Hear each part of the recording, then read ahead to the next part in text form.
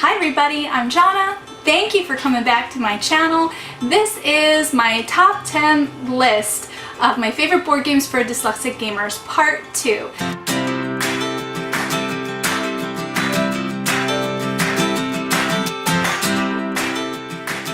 So we left off in part 1 at number 6, and now we're counting down.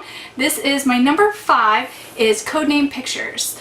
Now, Codename Pictures is a team game, so you split up into 2 teams. One team is going to be the red, one team is going to be the blue. And each team is going to have a spy master who's in charge of giving the teams their clues to get them the points they need and the victory, essentially. What you're going to be looking at is 20 cards on the table. The spy masters will be on one side of the table and the rest of the teams will be on the other side.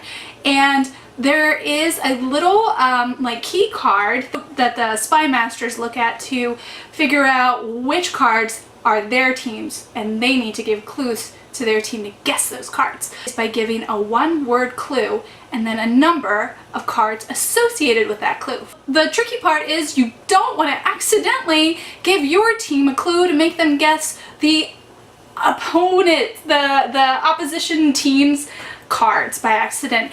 And you don't want to accidentally have your team guess the assassin card. If you accidentally get your team to guess this card, it's endgame and you automatically lose.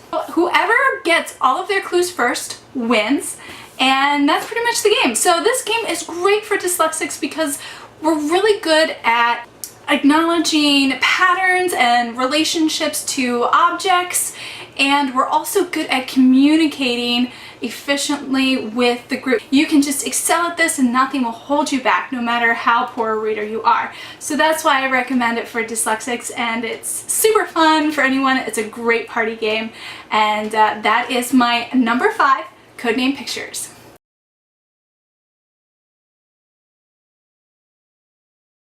My number 4 is called Century Spice Road or Century Gollum Edition. I have the Gollum Edition, so that's what I'm going to be referring to, but please know both these games are the same game with different components and different artwork. What you're doing is you're trying to generate patterns of different colored gemstones, which you will be able to use to purchase point cards, which will give you points for the end of the game. The way that you do this is by playing merchant cards, and these merchant cards allow you to pick up new gems, upgrade your gems, and you can also trade different varieties. So you might have a yellow gem that's cheap. If you trade 3 of them in, you'll get a more expensive gem. And that's basically the game. The first person to collect 5 point cards will end the game, and the person with the most points will win. And that's what's really fun, is the point cards all have different values, so even if you have less cards than someone else, if your cards are more valuable, you could still win at the end of the game. So this game is super fun, and you can really utilize that pattern building skill. The only thing I would say is at the end of the game, you may need a calculator to add up all of your points. That is my number 4 pick. That is Century Gollum Edition.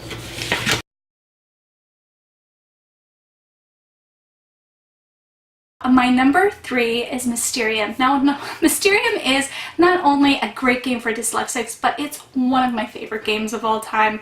This game is beautiful. What's really interesting about it is it's kind of a classic theme. It's a murder mystery, and you're trying to guess who did it in what room with what weapon. But the way that you do this is by receiving these mysterious, dreamlike images from the ghost. Someone actually gets to play the ghost. That's a really fun part of this game, is having that opportunity to be the ghost and providing the people with these interesting clues to get them to guess the suspects that each person is supposed to guess. Now, initially, each person has their own set of a murder, a room, and a weapon, but at the end, you're collaborating and trying to solve the mystery together. And it is very like symbol oriented, very pattern oriented, and color plays a huge role in this as well. And it's really important that you're able to read your friends and figure out what sort of person are they, how do they perceive the world, and what would be a good clue for that person. Dyslexics are great at reading people, so it's really fun to see people's abilities shine in this special game.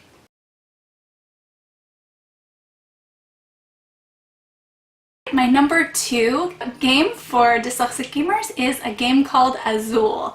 Azul is a pattern building game that where you're pulling dice from a community pool and adding them to your player board, and you have to collect the right amount of tiles to get your tile to score on your player board. And the tricky thing is, if you end up with too many of the same color, they're going to count as points against you. So you have to be really clever on drawing your tiles, and then where you're actually placing those tiles on the player board is key, because you get more points if matching tiles are diagonal, if you get a row of all 5 colors in a up and down or across. So it is very pattern buildy, and it's just a really fun, beautiful tactile game. So that is my number 2 pick, Azul.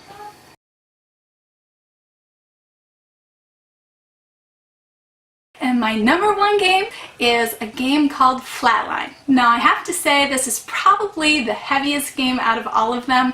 It is a cooperative game where you are rolling dice with these kind of futuristic, strange symbols on them, and you are trying to match them to patterns that are on the board that everyone can help build together. Everyone has their own set of dice, and so you can work together with some people, or you can complete some patterns alone.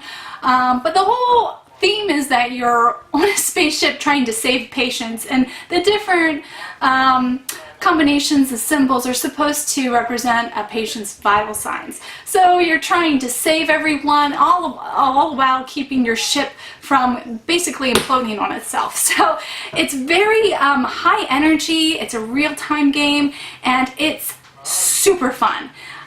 It's just a rush to play, and you have to be very, very fast at recognizing pattern and good at communicating with everyone else you're trying to work with. So that's where I think dyslexics truly shine, is with the ability to communicate with others and recognize pattern. So that's why it's one of my favorite, obviously my favorite game for dyslexics.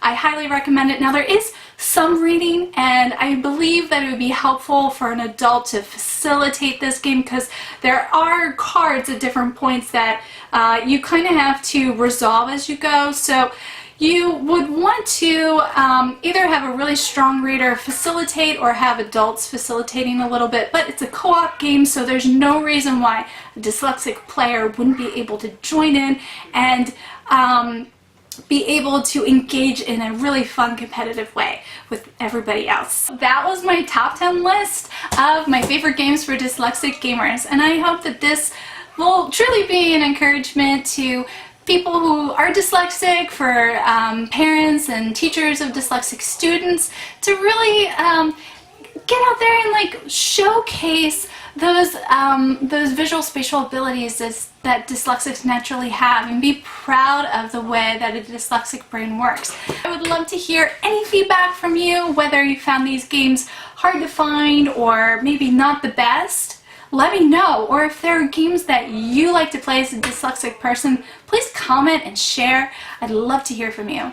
Thank you for watching, and I hope you guys have a wonderful day.